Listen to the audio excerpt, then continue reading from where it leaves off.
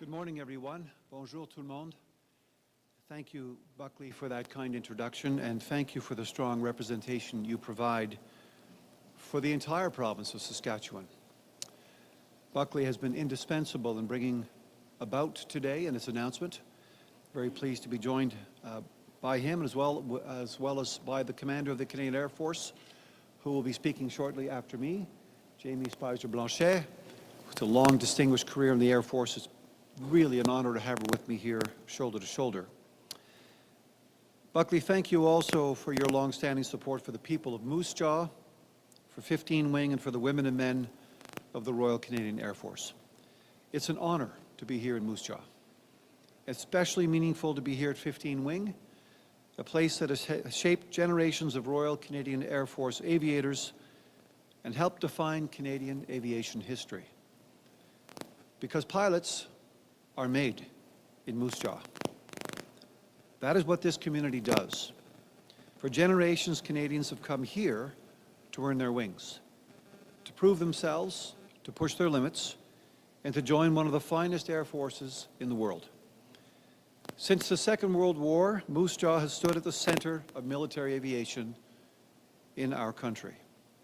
From the British Commonwealth Air Training Plan to the Cold War to today, this has been a place of excellence. Un lieu où se façonnent l'habileté, la discipline et le courage. Et si Moose Jaw forme des aviateurs d'exception pour l'aviation royale canadienne, elle joue aussi un rôle bien plus large. Moose Jaw a contribué à bâtir l'une des plus grandes traditions de l'aviation canadienne.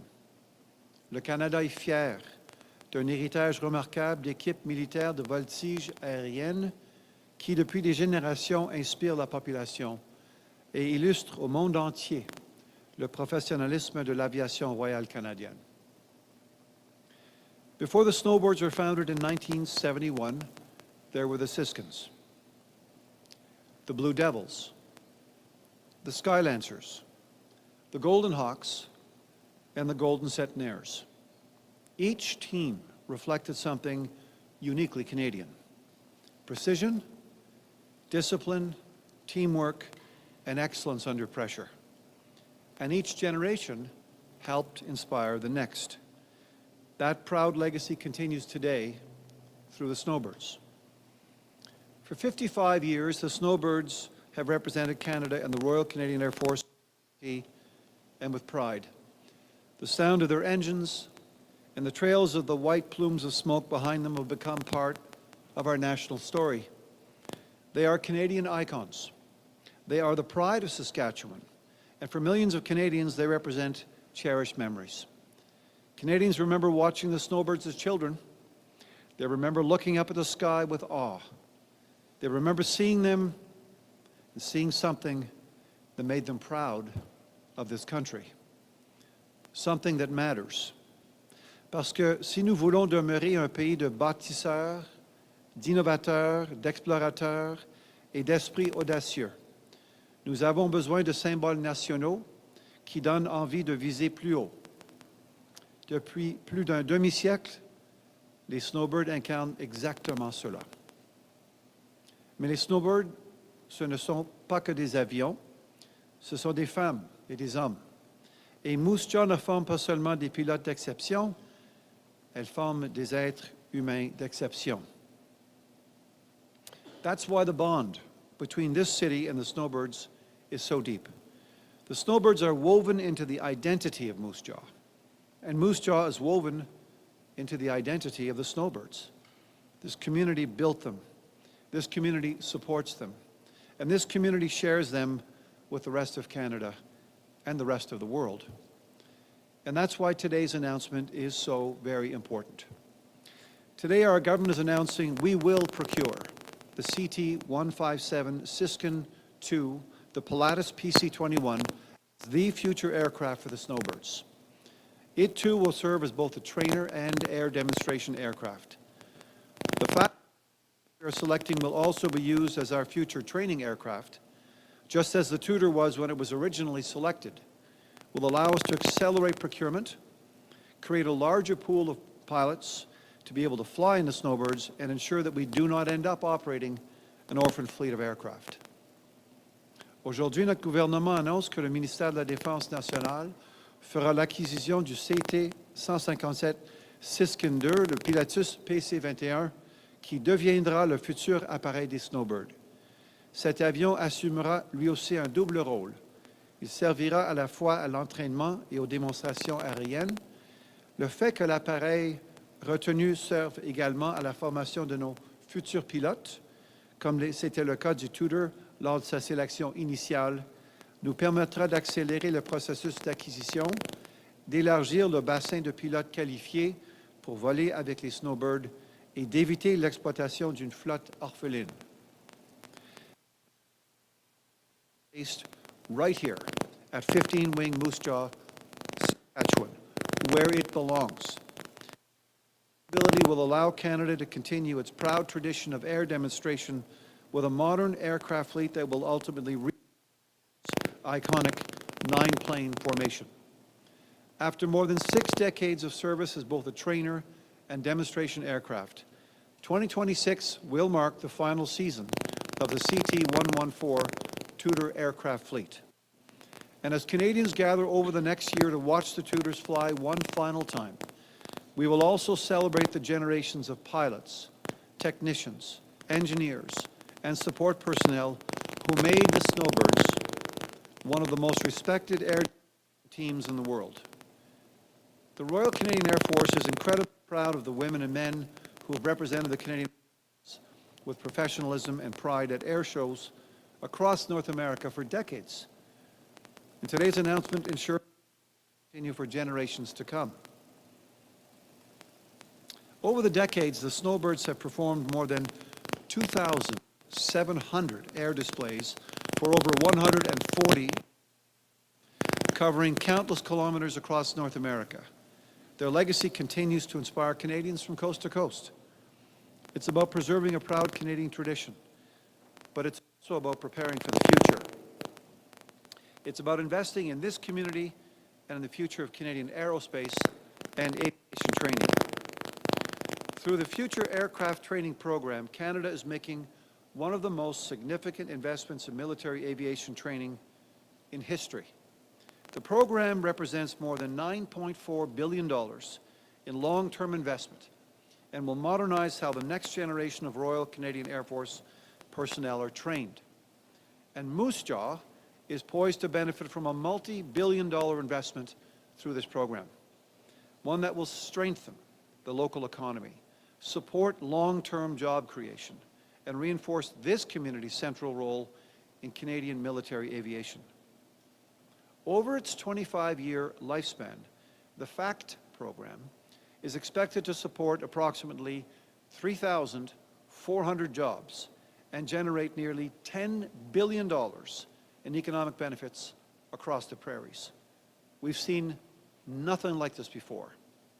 Right here in Moose Jaw, planned infrastructure investments are estimated at more than $1 billion.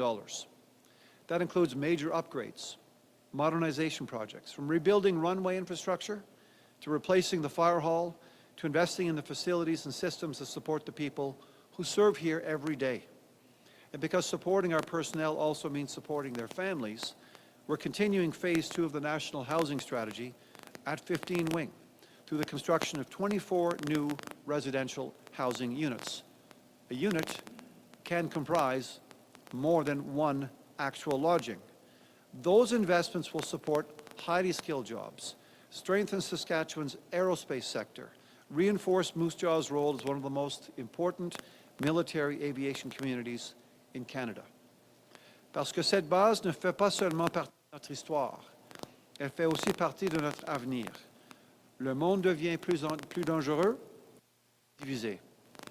Le Canada modernise et rebâtit les capacités des forces armées canadiennes afin que notre personnel dispose des outils nécessaires pour défendre notre souveraineté, protéger l'Amérique du Nord et soutenir nos alliés partout dans le monde. Cela passe notamment par des investissements dans la prochaine génération de formation des équipages aériens. As Canada transitions to this new fleet, The Royal Canadian Air Force will continue supporting air shows, events, and engagements across Canada, connecting with communities, inspiring young Canadians, and encouraging the next generation to serve. Because when Canadians see the Snowbirds flying overhead in the years ahead, they should know something important. They're seeing the result of generations of excellence that began right here in Moose Jaw. This community has helped inspire tens of millions, and together we're going to ensure that mission continues. So to everyone at 15 Wing, to the members of the Royal Canadian Air Force, to the Snowbirds team, and to the people of Moose Jaw, thank you. Thank you for what you have built. Thank you for what you continue to represent. And thank you for continuing to inspire this country every time those aircraft take to the skies. The Snowbirds are Canada, and Canada is proud of the Snowbirds. Thank you very much. Merci beaucoup.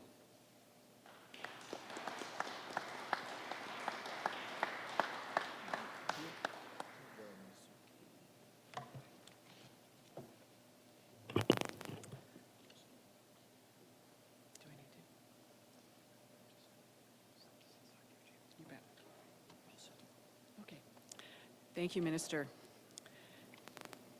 Good day, everyone. Today marks a profound moment for the Royal Canadian Air Force, for 431 Air Demonstration Squadron, for the Snowbirds, past and present, and for the Canadians across the country. For 55 extraordinary years, the Snowbirds Air Demonstration Team has delivered excellence in the skies and on the ground as ambassadors of the Royal Canadian Air Force. They have inspired generations of Canadians, have sparked dreams in young people who have watched precision, teamwork, and professionalism painted against a blue Canadian sky. I had the privilege of flying the Tudor many years ago when it was here for training, so I have extremely fond memories, not only of Moose Jaw and the Tudor, but I have always admired the Snowbird team and have always remained inspired by what they do. C'est avec ce profond sens de l'histoire et de la responsabilité que je fais écho aux propos du ministre. La flotte de CT-114 Tutor sera retirée du service après 63 années d'opération et le 431e escadron de démonstration aérienne de Snowbirds sera temporairement mis en pause à l'issue de la saison de démonstration 2026. It is with that deep sense of history and responsibility that I echo the minister's remarks.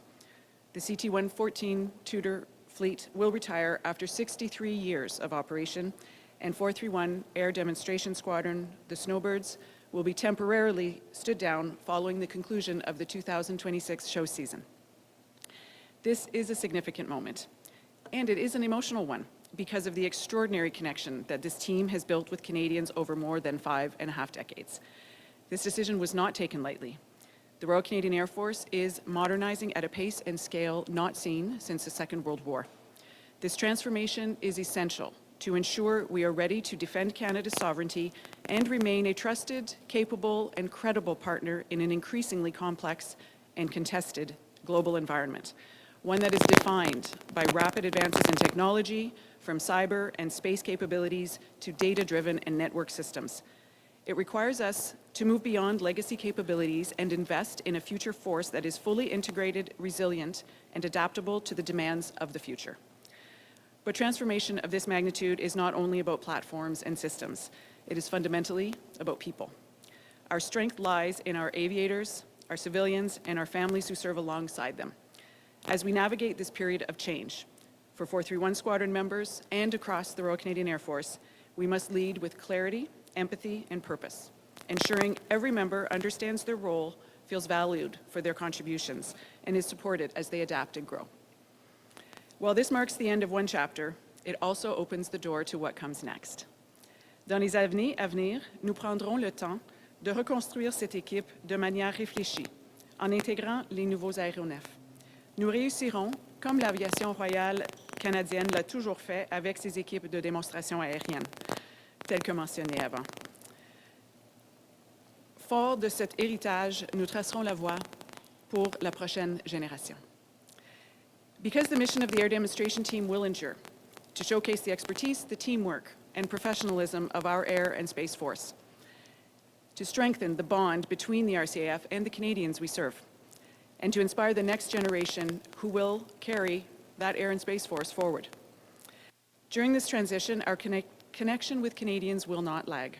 You will continue to see the RCAF across the country, through aircraft and personnel participation in air shows, through our RCAF attractions team, through immersive virtual reality experiences, and other innovative performances that bring aviation to life in new ways.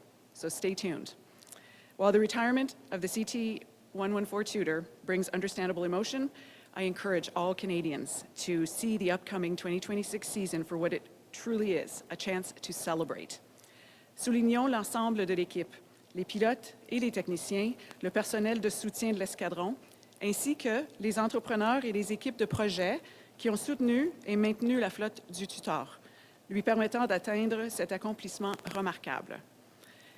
Let's recognize the families of 431 Squadron who have made tremendous sacrifices, giving up months each year so that their loved ones could bring pride and joy to Canadians nationwide. We will honor the members of 431 Squadron, Snowbirds past and present. For 55 years, you have embodied the very best of the Royal Canadian Air Force: unmatched flying precision, exceptional teamwork, unwavering dedication, and a standard of professionalism that has earned admiration across North America. You have left a legacy that will endure far beyond the final flight of the Tudor. Canada is proud of you. The Royal Canadian Air Force is proud of you. I am proud of you. And this summer, as Canadians look up and see you one more time, they'll be watching a performance. They'll be witnessing a legacy in flight and the beginning of a new chapter. Thank you.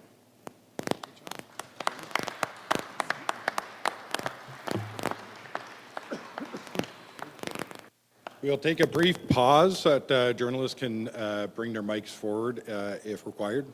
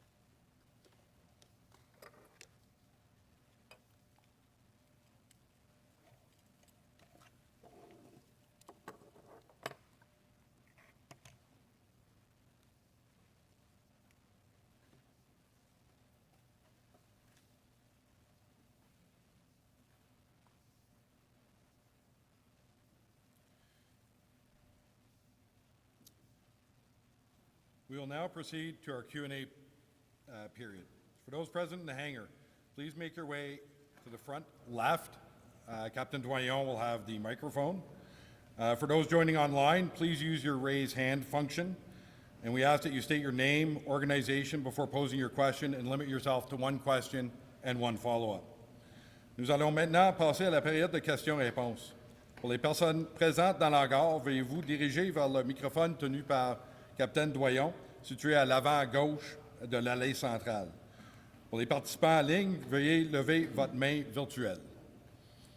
Nous vous demandons d'indiquer votre nom et votre organisation avant de poser votre question et de vous limiter à une question et une question complémentaire. On commencera en salle. Great. For Mr. McGuinty, Graham Richardson, CTV. Minister, you mentioned safety in the House of Commons when you were asked driving this decision and have it followed? Well, look, we're obviously, we've been working on this for some time, Graham.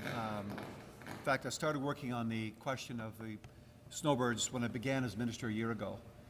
And so what we've been doing is working hand in glove with the Air Force, the head of the commander of the Air Force, working hand in glove, and we have every assurance that the fleet is well positioned to serve for another season, and that at that point the decision was made on the recommendation of the Air Force that we would transition to a new fleet. And that's why we're so proud to be here today to announce that we're acquiring a new fleet, and we're acquiring that fleet directly.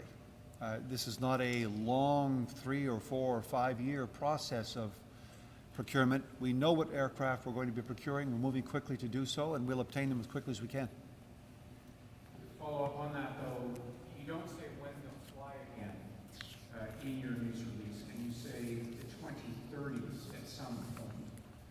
So how long will it be until the Snowbirds fly again?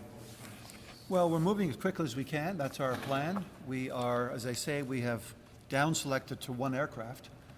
And so those negotiations are underway with the manufacturer, and we intend to procure those aircraft as quickly as we possibly can. But we need to work with the manufacturer. We need to make sure that we receive them in graduated form. It will take some time for them to roll off the production line. But we're moving as quickly as we possibly can. CBC News. Your timeline for the Snowbird operational pause coincides with the introduction of the F-35 and comes amid a pilot shortage. Is this all about the pilot shortage and your inability to address it? And in 2021, allocated $30 million to extend the lifespan of the AJCT-114 Tudor jets until 2030. What happened with that? Why can't the jets keep flying? First of all, the question of pilots. The really good news is that overall, year over year, applications to join the Canadian Armed Forces are up 61% from last year. The other good piece of news is that we've actually admitted 13% more folks into basic training than a previous year. Recruitment is going up, it seems, month by month. We have every confidence that the Air Force will do what it has to do to be able to recruit and retain trainees to become pilots. This is something that we're addressing directly. We addressed it directly in the first big measure that we brought to bear in the country after announcing the 2% target. The first thing we did was announce the single largest pay increase for the Canadian Armed Forces since 1997. So in that, of course, there are also specific benefits for training, technical skills, and we in the past, of course, had already addressed the question of pilot salaries and benefits. So we are now convinced that as we continue to recruit and retain, we're going to move forward. We're going to have the pilots that we do need, and we've got sufficient pilots now. We've got an incredible group of pilots here on this base, this wing, and it is something that we're going to be continuing to work on as we rebuild, we rearm and reinvest in the Canadian Armed Forces. You know, I've been around public life now for 22 years as a member of Parliament. I have never seen in any field at any time in 22 years the level of investment that we're making in a single sector. In this case, it's defense. It's very encouraging, it's very exciting, and I think it's also very hopeful for our future as we look to maintain our security and our sovereignty. On the question of the timing and the investments in the aircraft that were booked, I'm going to ask the Commander of the Air Force to address that. I know she's been acting responsibly on all of this, but she has more detail. Thank you, Minister. So on the question of personnel shortage, the Minister has accurately stated the recruitment and enrollment numbers are increasing, and we are seeing a positive trend in the Royal Canadian Air Force. There is still a shortage overall of personnel. However, we are absolutely reversing that trend and making many gains, both in the attraction, recruiting, and in the retention of personnel. Within the pilot occupation, the fighter force is the most affected at the moment. In terms of pilots, the other fleets are actually regaining health in the pilot trade, and we are working actively on other more stressed trades now, including some of the aircraft technicians, telecommunications information systems technicians, sensor operators. So we have a very dedicated RCF attractions team that is working on several fronts as we continue to address the shortages of personnel as we focus on our modernization efforts. Oh, Sir, Madam, next question is on the line. I think there was still one question that we hadn't answered about the modernization. Yes, if you could respond to the question about the $30 million that had been allocated to extend the lifespan. What happened with that money, and perhaps the Minister as well? So there have been several projects that have worked to increase and extend the life of the Tudor aircraft over many years. So there was one in 2005, 2010, and then a more recent one in 2020. The more recent one was for a cockpit upgrade and has resulted in 11 of the Tudors currently have new upgraded modernized cockpits, and there are still some that are delivering. In the original plans, there was work that was underway to extend the life to 2030. However, some of the airframe, engine, and escape system programs, feasibility studies were done, and there are some engineering challenges because of the age of the aircraft that have changed that situation, and this is why it will be retiring in 2027 instead of 2030.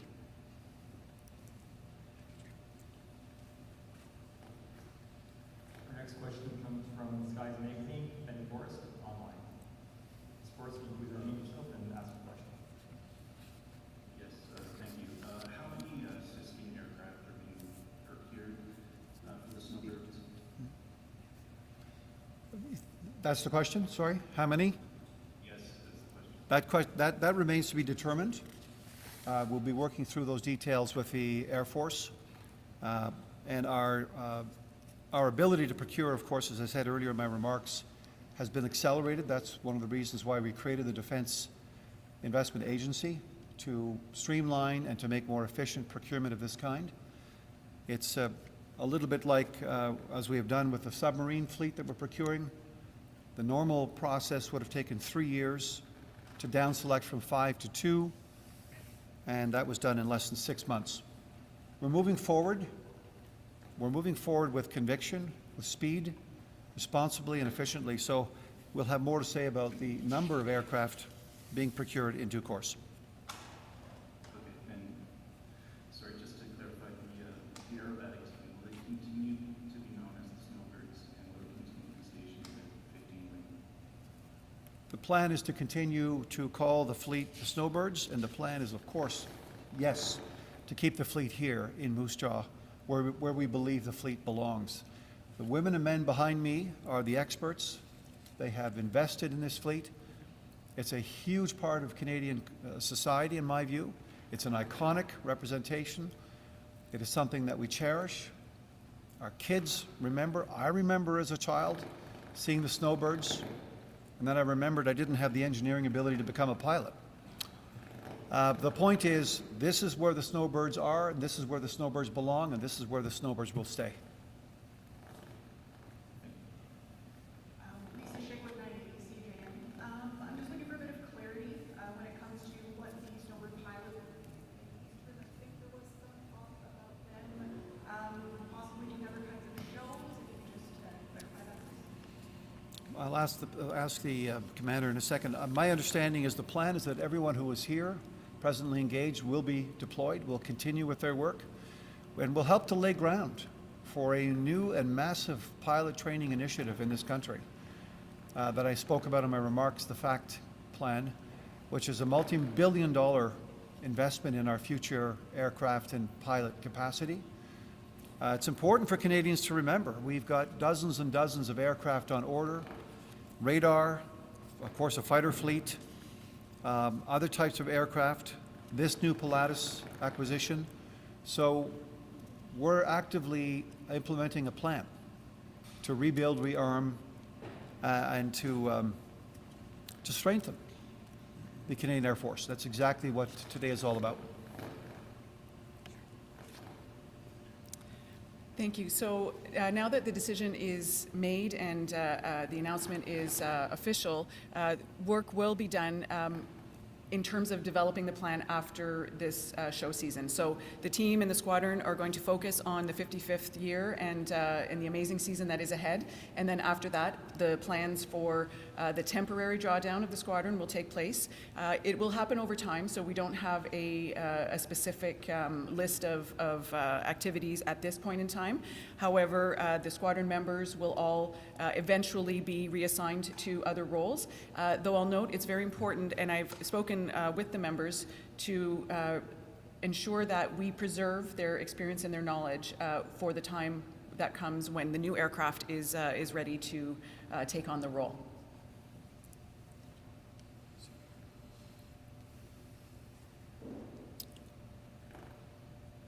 Our next question comes from Ryan Kennedy online from White Global. Mr. Kennedy, please unmute yourself and ask your question. Yeah, thank you. Thank you, General. Nice to speak with you again. My question is, does this development impact any of the plans that I know you're currently developing plans to bring on a new jet trainer to work with the new fighter aircraft, whatever decision you make on that? Does this development impact that at all? Can you provide any update on how you're thinking about that new trainer aircraft? Thank you. Yeah, the answer to that question directly is no. It will not have a bearing on other plans. I think it's important for Canadians to understand the level of commitment this government has to getting this done. We're moving at a speed and a breadth, a depth of investment that we've never seen before in the Air Force, in the Navy, in the Army, and we're driving this forward.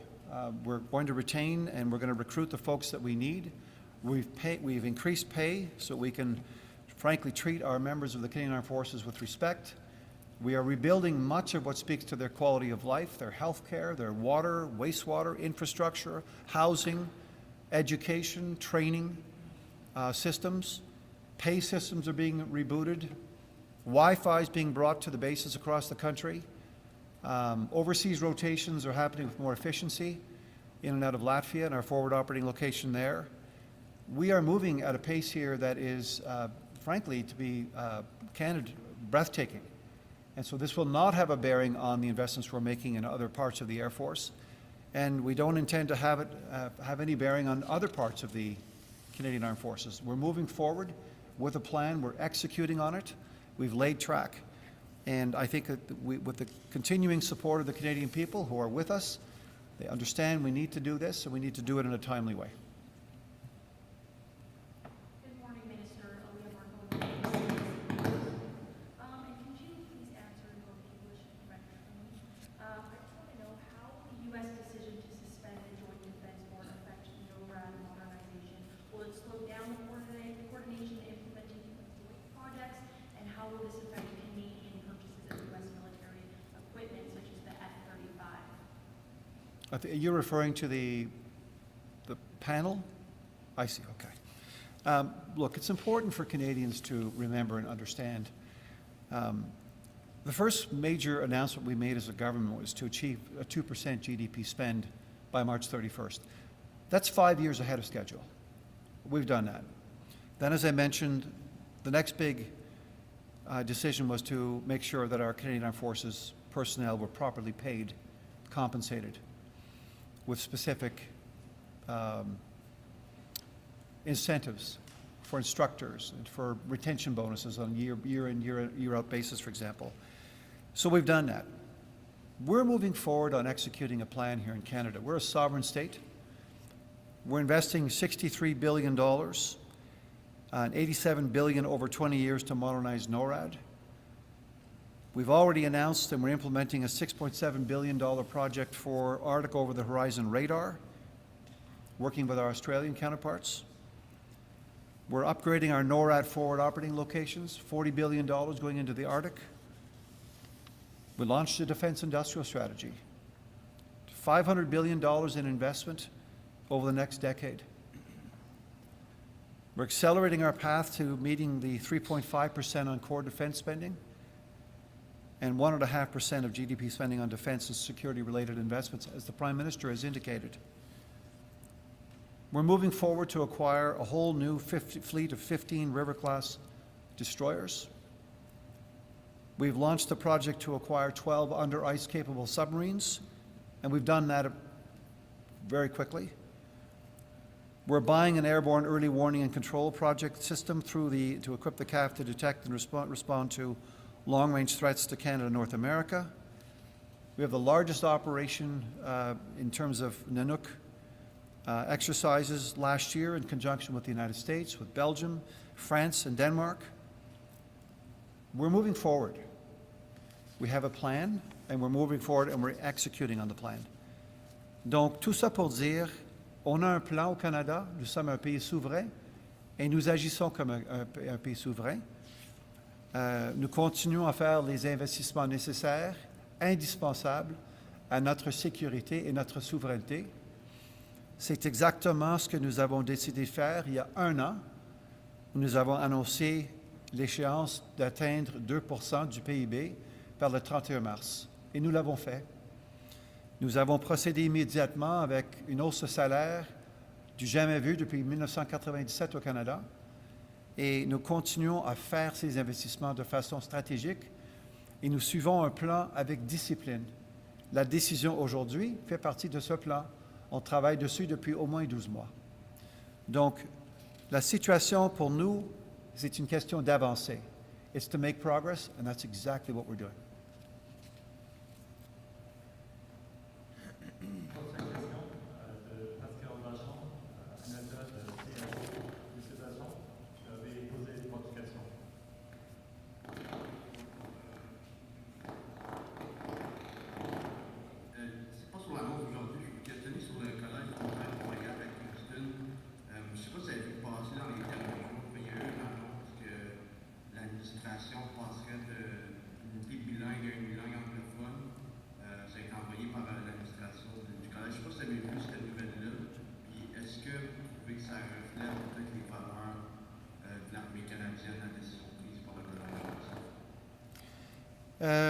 Je vais être très honnête avec vous, je ne suis pas au courant de cette proposition. Et comme chancelier de l'université, je peux vous assurer que le collège et le système d'éducation est un système bilingue au Canada pour les forces armées canadiennes. Et donc, c'est quelque chose dont vous me révélez. Mais c'est une question, selon moi, qui n'a pas de sens.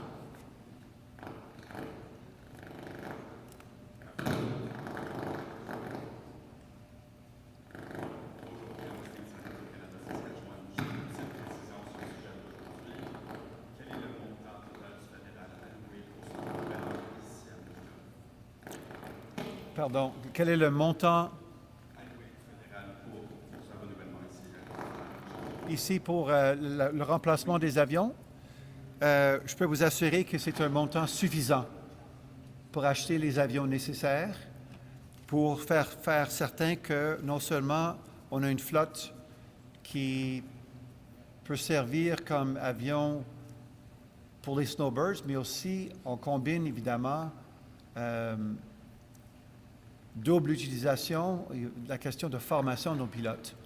Donc, on procède avec une vitesse. Les négociations sont en marche avec le manufacturier en Suisse. Et donc, il y aura assez d'argent pour obtenir les avions nécessaires. C'est difficile à dire parce qu'on est en pleine négociation.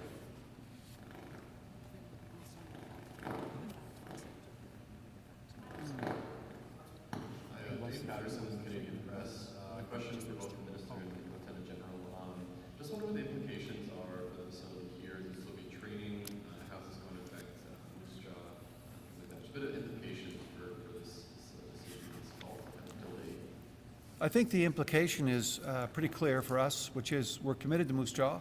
This is an indispensable part as a wing of the 33 wings and bases across the country. It will continue to play a leading role in the Air Force. It will play a leading role in the training, mentoring of pilots, of aircraft technicians who come in and come out, train, begin here, move on to another location, come back. This really does indicate, I think, for us that this is a priority area. And I mentioned some of the investments we're making to prepare for the future. There will be infrastructure investments here, housing investments, water and wastewater systems, extensions of runways, housing, some buildings. All of this is now being executed in terms of the plan through our real property division in the department and working with the Canadian Armed Forces and the commander here. This is I think, a very good day for Moose Jaw and a very good day for the wing here, because it illustrates that we are aware of the importance of investing here in Moose Jaw, and for that matter, the importance of investing in Saskatchewan. One of the things I did when I became the minister was ask for a full accounting of the investments that the Canadian Armed Forces are making in each and every province and territory in Canada. And it turns out the Canadian Armed Forces and DND are pretty big investors in the Canadian economy, Canadian society. And when we talk about these investments locally here, we're also talking about jobs. We're talking about HVAC jobs, tool and die, steelwork, carpeting, millwrights. We're talking about concrete. We're talking about air conditioning. We're talking about drywall and framing. We're talking about thousands of jobs that have a bearing right here in Moose Jaw, as we see with the investments we just announced in Trenton, for example, as we expand the base of the wing there. So increasingly, we have made strategic decisions to make sure we have the operational capacities we need, but also reminding people here in Moose Jaw and across the country that the national defence spend, the Canadian Armed Forces spend, is a major economic generator for Canada. And that's one of the reasons why we launched the Defence Industrial Strategy as well, to give rise to an expanded industrial base in our companies that are involved in the manufacturing, in the research and development of defence industrial material and know-how. We're continuing to drive that forward.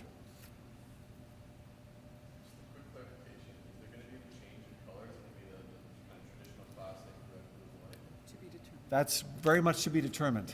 We'll see how that works, but one thing at a time. Let's get the aircraft. Let's rely on this incredible, disciplined, dedicated team standing here today, and let's move forward and give Canadians the continuing Snowbird fleet that they desire and deserve.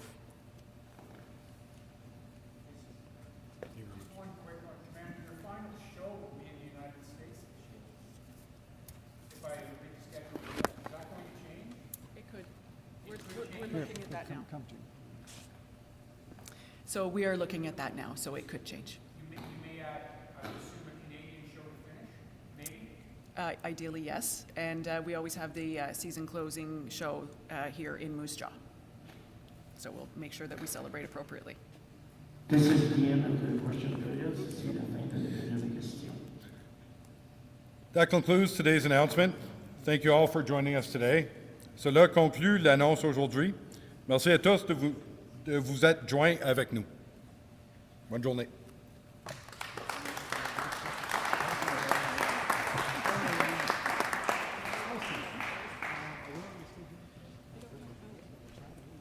We're just going to head over here and just take a quick break, sir, and then Yeah. we're going to Then do we a come tour back of and the sit, base. talk to. Am I doing a Oh, tour? Am I you're talking going to do a everybody? tour? Yeah, we can do a few minutes, absolutely. Yeah, I'd like that. Can we do that when everybody clears out? or Yes, do we do it- absolutely, sir. Wow. We can do whatever you want. Can I give this to you?